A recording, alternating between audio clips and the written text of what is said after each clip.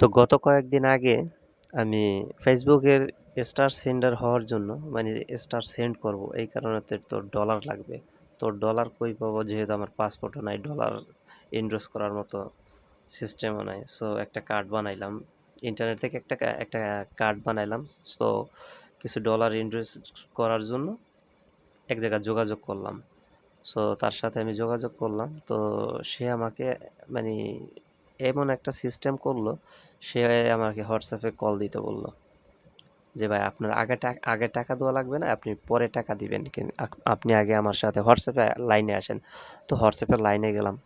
হোয়াটসঅ্যাপের লাইনে যাওয়ার পরে সে আমাকে আমার স্ক্রিন শেয়ার করতে বলল। তো আমি স্ক্রিন শেয়ার করতে বললাম। আমি এখানে যে প্রতারক চক্রের হাতে পড়ছি এটা আমি বুঝতেই পারিনি। তো তখন আমি ওর সাথে কথা বলতেছি আর আমি আমার স্ক্রিনটা শেয়ার করছি। সো এরই মাঝে আমার ফোনে কয়েকটা বিকাশ থেকে ওটিপি আসলো।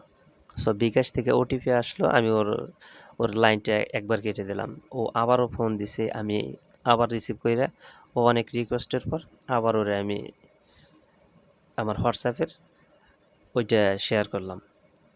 শেয়ার করলাম, স্ক্রিন শেয়ার করার পরে তো ওইখানে আবারও ওটিপি আসলো। মানে ওরাই ওইখান থেকে ওটিপি পাঠাইতেছে। মানে এমন একটা সিস্টেম ওরা করছে তা আল্লাহই জানে ভালো। তো ওটিপি আসলো। একটা পর্যায়ে ও আমারে ছলে বলে কলে কৌশলে আমার কাছ থেকে ওটিপিটা নিয়ে গেল। মানে যেহেতু আমি স্ক্রিন শেয়ার করা, ও তো আমার স্ক্রিনে কি হইতাছে সব তো ও দেখতেই আছে। তো একটা পর্যায়ে ও আমার ওটিপি নিয়ে গেল। নিয়ে যাওয়ার সাথে সাথে আমি দেখি যে আমার ব্যালেন্সে ৳১৭৫০ ছিল, সেটা টোটালি নাই, গায়েব হয়ে গেছে। তো টাকা গেছে সেটা নিয়ে কোনো কথা না। কথা বলতেছি যে এই যে আমি যে প্রতারণাটা হইলাম আমি বিকাশের মাধ্যমে। সো বিকাশটা যতটা স্ট্রং আমি একটা গাধার মতো কাজ করছি। হ্যাঁ, এটা আমি স্বীকার করতেছি। কিন্তু আমার কথা হইল যে আমি বিকাশে ফোন দিলাম। বিকাশআলা আমাকে বলল যে আপনি যে কাজটা করছেন তাতে আপনি একটা ক্রাইম করছেন। টোটালি আমি একটা ক্রাইম করছি। আপনি একটা ক্রাইমের সাথে জড়িয়ে গেছেন, আপনি একটা ক্রাইম করছেন, সেহেতু আপনার এইটা আমরা নিব না। আপনার যদি কিছু করতে মন চায় তাহলে আপনি থানায় যান। তো কিছু করতে মন চাইলে থানায় যান। এখন ৳১৭০০ নিয়ে থানায় যাব, বা থানায় গেলেও তো তারা নানান ধরনের প্রশ্ন যে আপনি ডলার ইনভেস্ট করেন, কতদিন করেন, অমুক তমুক। অথচ আমি কিন্তু $৫ ইনভেস্ট করতে গেছি যার দাম মাত্র ৳৬০০ মতো। ৳৬০০ মতো। সো এগুলো এইগুলো। তো বিকাশ আমারে কোনো হেল্প করলো না। তো বিকাশ আমারে যেহেতু কোনো হেল্প করলো না, এখন আমার সমস্যা হইছে যে বিকাশের যে দরবারটা, তো বিকাশ আমারে হেল্প করলো না। এখন বিকাশ তো এই সিস্টেমটা প্রতারক চক্রগুলা করেই যাচ্ছে। তো তারপরে আমি দিলাম ভোক্তা অধিকারে ফোন। ভোক্তা অধিকারে ফোন দিলাম। ভোক্তা অধিকার আলারা কোনো রেসপন্স দিল না। তো রেসপন্স দিল না ভোক্তা অধিকার, রেসপন্স দিল না বিকাশ। এখন কথা হইতেছে যার কাছ থেকে আমি প্রতারণার শিকার হইছি সেই পেজটা কিন্তু এখনো ফেসবুকে রানিং চলতেছে অ্যাড। তার মানে ওর কাজই হইছে ওরে কেউ মেসেজ দিলে ও হোয়াটসঅ্যাপে আইনা তার সাথে এ হোয়াটসঅ্যাপে আইসা স্ক্রিন শেয়ারের মাধ্যমে সে এইভাবে মানুষের টাকা নিয়ে যাচ্ছে। এখন আমার কথা হইছে আমি বিকাশ প্লাস ভোক্তা অধিকার এই কারণেই ফোন দিছিলাম যে আপনারা আমার টাকা গেছে সমস্যা নাই। কিন্তু পেজটা তো এখনো রানিং আছে। ও এখনো এই কাজ চলমান আছে ওর। সো আপনারা এইগুলা বন্ধ করেন। এই পেজটা রিমুভ করেন।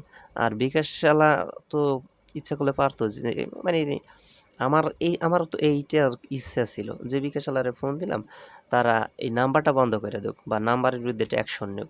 কিন্তু তারা সেটা না কইরা মানে আমি চুপচাপ আমারে চুপ করাই রাখলো। এই বাংলাদেশে যেমন একটা খুন হইলে, একটা র‍্যাপ হইলে কয়েকদিন গরম থাকে তারপরে যে ঠান্ডা। ঠিক আছে? তো স ঠান্ডা হয়ে গেল কিন্তু সমস্যাটার কিন্তু সমাধান কিন্তু হইল না। সমস্যাটা রয়েই গেল। আর এই প্রতারক চক্র মনে করেন ১০০ জনরে ফোন দিল। ১০০ জনের ভিতর সারাদিনে ২, ৪, ৫ জন তো তার এই কলে পড়েই। পড়ে না? এইটাই ওর কাজ। তো আমি চাইছিলাম যে এইটা বন্ধ হোক। এই পেজটা তারা রিমুভ করুক। এই নাম্বারের বিরুদ্ধে তারা অ্যাকশন নিক। কোথায় আছে এদের বিরুদ্ধে একটা অ্যাকশন নিক। কিন্তু তারা কোনটাই নিল না। তো আর কি করার? তো জনসাধারণের জন্য একটাই উপদেশ যে বর্তমানে এই সিস্টেমটা হইতাছে আমি কিন্তু কম জানি না। আজ অবধি আমারে কিন্তু বিকাশ থেকে কেউ একটা আজে-বাজে বা টাকা চাওয়া, ওটিপি এরকম কোনো মেসেজ আজ অবধি কেউ দেয় নাই। যেহেতু জানে আমি কতটুক পারি।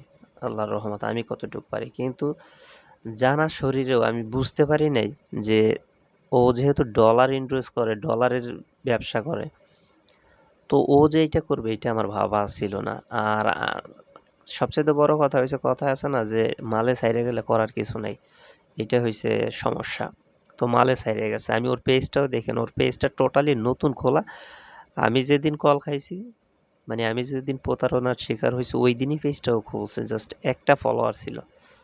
সো আমি ওইটা আর দেখতে পারিনি। দেখার সুযোগ হয় নাই, দেখি নাই। মানে কপালে আরকি ছিল এই। সো আপনাদের প্রতি একটাই উপদেশ সেটা হলো যে বর্তমানে এই চক্রটা খুবই সক্রিয়।